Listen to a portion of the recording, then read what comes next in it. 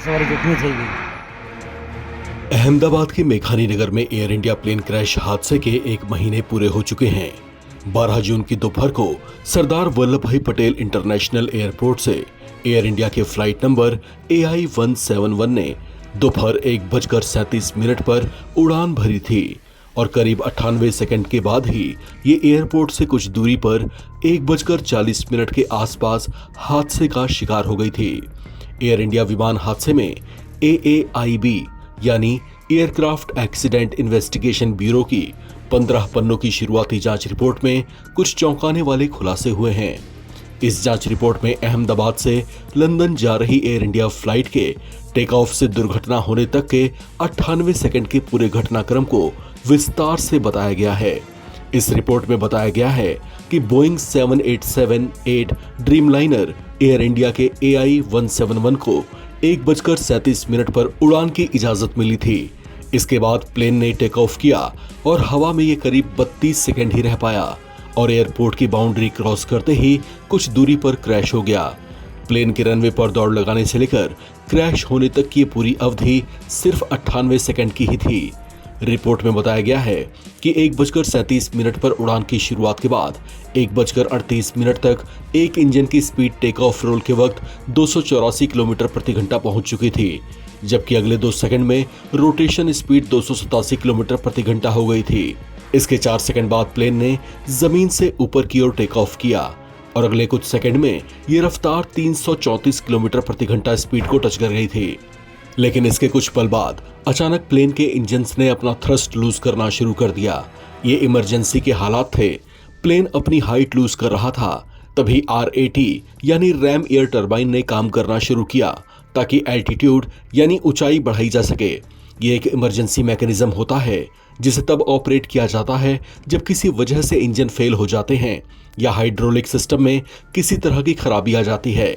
साथ ही ये तभी काम करता है जब प्लेन की धरती से ज्यादा ऊंचाई ना हो। जो जांच रिपोर्ट जारी की गई है उसके मुताबिक इंजन 1 का fuel cut off switch 5 second के बाद रन मोड में आ गया था, जिससे इंजन 1 में रिकवरी के सिग्नल्स मिलने लगे थे। इससे इंजन 1 ने अपनी कोर स्पीड का फॉल होल्ड करना शुरू किया और वो स्टेबल मोड में जाने लगा था, लेकिन इंजन 2 अपने फंक्शन को रिकवर नहीं कर पाया था। इसी दौरान ठीक 1:39 पर पायलट ने मेडे कॉल दी।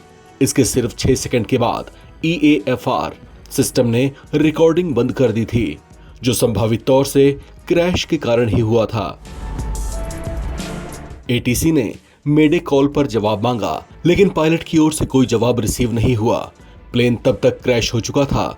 हादसे वाली जगह से कुछ दूरी पर एक लड़का अपनी छत पर कोई वीडियो रिकॉर्ड कर रहा था। इत्तेफाकन उसने कुछ ऐसा रिकॉर्ड कर लिया जो कुछ मिनटों में ही दुनिया भर में वायरल होने वाला था। लड़के का नाम आर्यन असार है और उसकी उम्र 17 साल है। आर्यन ही वो शख्स है जिसने उस रोज एयर इंडिया की फ्लाइट को क्रैश होते हुए अपने मोबाइल में कैप्चर किया था। आर्यन ने बताया कि वो हादसा देखकर डर गया था। फिर देखने के बाद आपने क्या किया? किसी को बताया, फोन किया या डर गए? डर गया था मैं तो, और हमारी बहन ने बताई थी।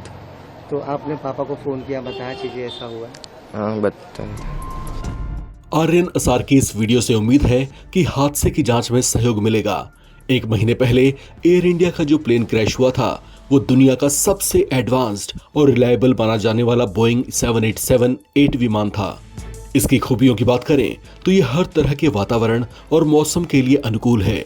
इसके एडवांस रोल्स रॉयस इंजन 60% कम शोर करते हैं और इसकी हल्की संरचना के कारण ये फ्यूल एफिशिएंट भी है। इस बड़े विमान हादसे के कारणों की जांच के लिए विमान के डेटा रिकॉर्डर का एनालिसिस किया जा रहा है। हादसे से पहले की तमाम गतिविधियों की जांच की जा रही है। शुरुआती जांच रिपोर्ट आ चुकी है, लेकिन कंप्लीट रिपोर्ट 3 महीने में आने की संभावना है। इस खबर में फिलहाल इतना ही। बाकी अपडेट्स के लिए आप बने रहें नवभारत टाइम्स के साथ।